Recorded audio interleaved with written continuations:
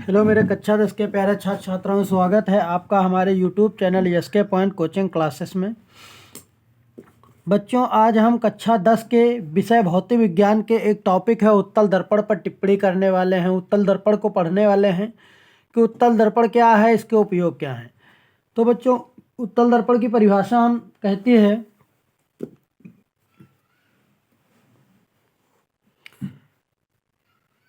वह गोलीय दर्पण जिसका परावर्तक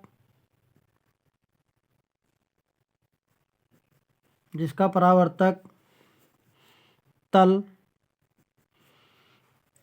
उभरा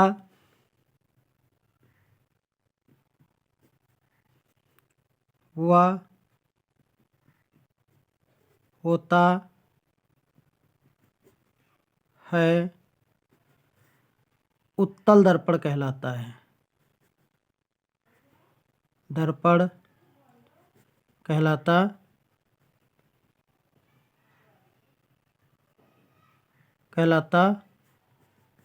है। यानी कि उत्तल दर्पण यानी कि वह गोलीय दर्पण जिसका परावर्तक, ठीक है बच्चों, परावर्तक तल जो होता है वो उभरा हुआ होता है, उत्तल दर्पण कहलाता है। परावर्तक तल क्या होता है? जिसमें हम अपना चेहरा देखते हैं या प्रतिबिंब दिखता है उसको हम परावर्तक तल कहते हैं, यानी चिकना वाला तल। ठीक है, चिकना तल परावर्तक तल होता है, जहाँ से प्रकाश टकरा करके लौट सके, उस चिकने तल को परावर्तक तल कहते हैं। तो उत्तल दर्पण की डिफिनेशन उत्तल दर्पण की कहती है वह गोलीय दर्पण जिसका परावर्तक तल उभरा हुआ होता है, उत्तल दर्पण कहलाता है। जिसे हम देखेंगे कैसा होता है ये बच्चों, जिसे उदाहरण में देखेंगे।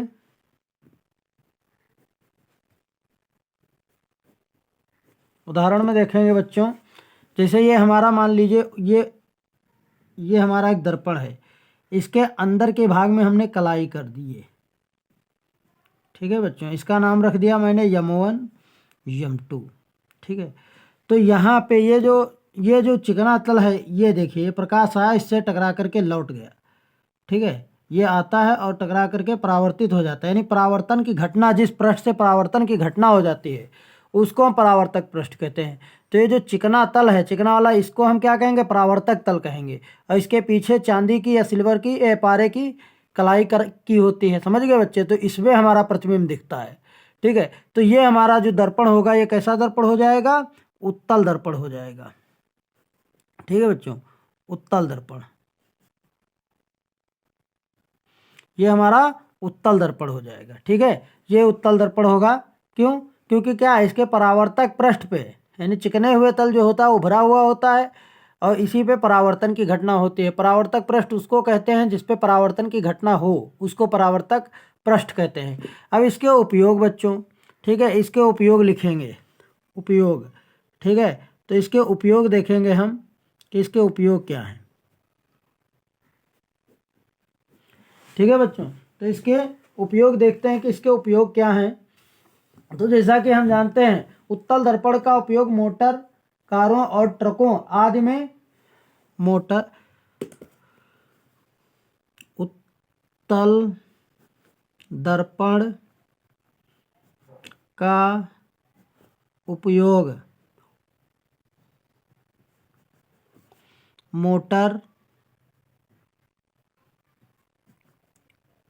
मोटर, ठीक है, मोटर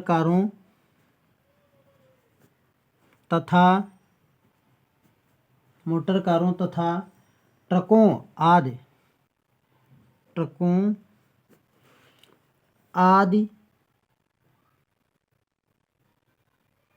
में ड्राइवर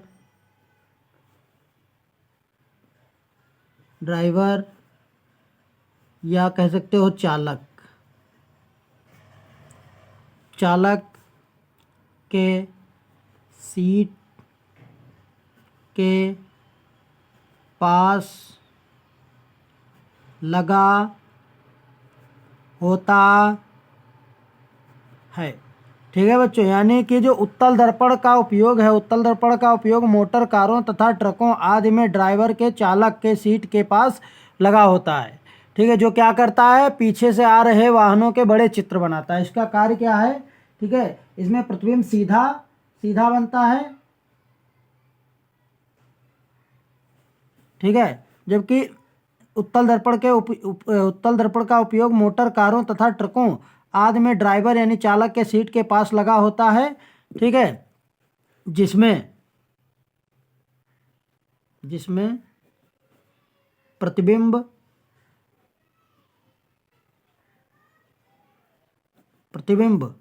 छोटा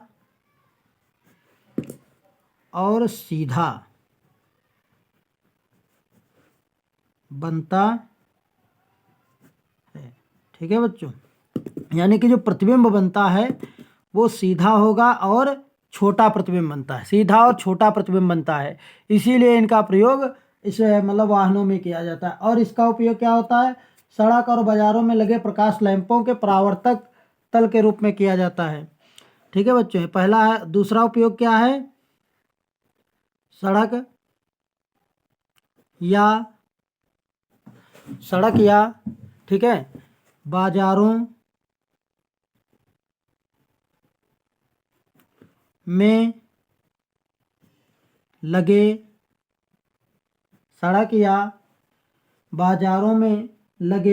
प्रकाश लैंप में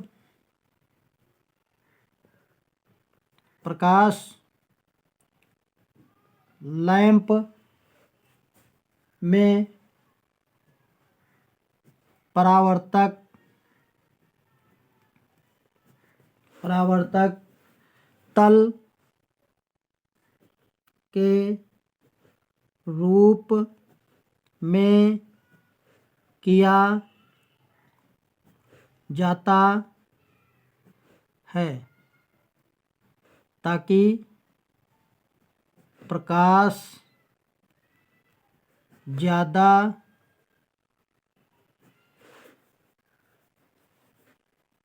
क्षेत्र में फैल सके। ठीक है बच्चों, यानी कि सड़क या बाजारों में लगे प्रकाश लैंप के रूप में, परावर्तक तल के रूप में इस दर्पण का प्रयोग किया जाता है ताकि प्रकाश जो है वो ज़्यादा दूर तक फैल सके। ठीक है बच्चों, तो हमारा आपको ये वीडियो कैसा लगा हमें कमेंट में ज़रूर बताएंगे।